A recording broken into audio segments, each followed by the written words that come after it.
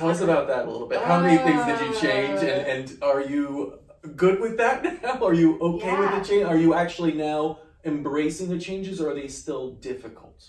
And what are they? I think they needed to happen. When I crashed and burned in 2018, I realized that you can't just give and give and give. And I think by nature, my calling is to sing songs of hope, to spread hope to people, to minister to people. But I was neglecting my heart. I was neglecting disappointment. I was neglecting things that I needed to address. I thought I was, but I think we all think we are. Are you really?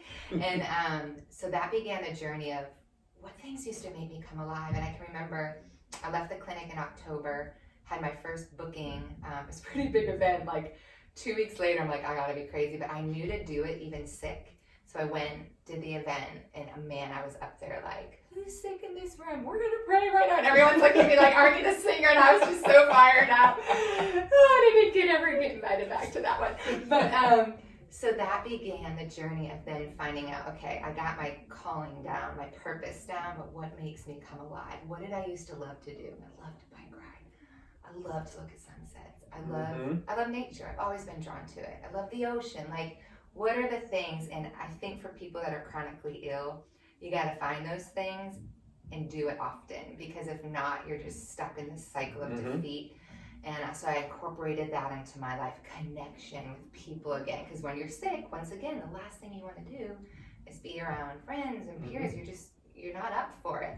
But we need one another. So, I needed to connect again. Yep. Dreaming into those 3 things that they had me, in the biocharge room, doing those. Essential oils have played. I love them. I've been holistic now for a while. I've been crunchy for pre-NYC. If we're being really real. We didn't do this. You were this before. I was this before. But it's taken it to a new level, because you have to be I have to be aware of, am I in a hotel room when I'm working that's moldy? If so, I'm the person that goes to the front desk and says, I'm so sorry. For my health's sake, can I move rooms? Is it okay if we find a different room? It smells a little moldy. But I know if I sleep in that for a night, I'm going to pay for that. The next day, even healed and healthy. I just think it's taking ownership of your health and diet. I always, lean towards the healthier stuff, but I'm one of those people now. Like, what's in it? What am I putting in my body because of what I've been through? I don't want stuff with junk in it on the road. It's so hard, We're sometimes getting off shows late, or in tour buses, or in vans, or on getting to the airport, and you're starving, but the last thing my body needs is a slice of greasy pizza, even though I love pizza. But it's like the last thing that's going to nourish, right? So it's making those choices and rest. We were just talking about that before the podcast, like working on my rest and my sleep, and not going. Like, what am I buffering in this weekend that feeds my spirit, feeds my soul? As a woman of faith, for me, I get up, I have my prayer time, I love to be in the Word. That just brings me life. Like, finding those things that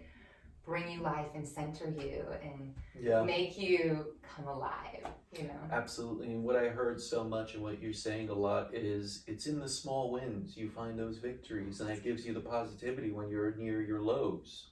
So I know so many, it's hard to get out of bed, but just take that as a win, that you can put 2 feet on the ground and take 1 breath. You had breath in your lungs. There's some That's people it, that can, have barely their lung function is so bad. So I would think of what I did have. Do you know what I mean? Yeah. And I can remember the first day I didn't have a headache after 9 months, 12 months I was close to February after treatment. So I still dealt with headaches. And they all said that, your body is really getting rid of a lot.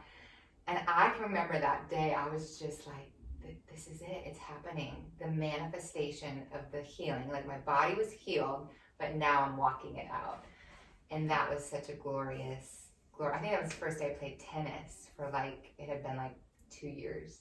Wow. And it was a terrible tennis game, but it just felt so great to be out there again. Do you know what I mean? It was a full circle moment of I'm back.